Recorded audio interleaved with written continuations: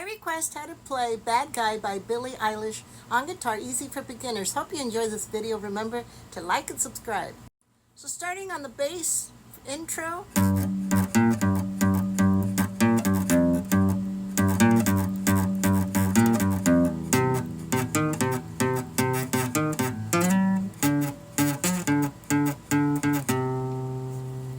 Then we start our melody.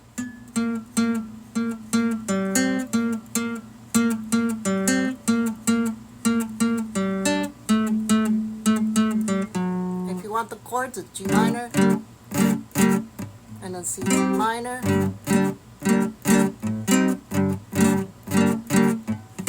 D7. Then we go into the next part.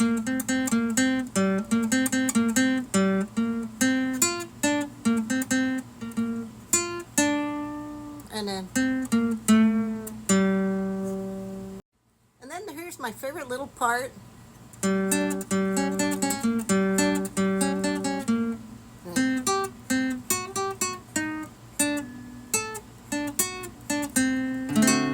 Keep the music coming. I'll see you in the next video. Bye.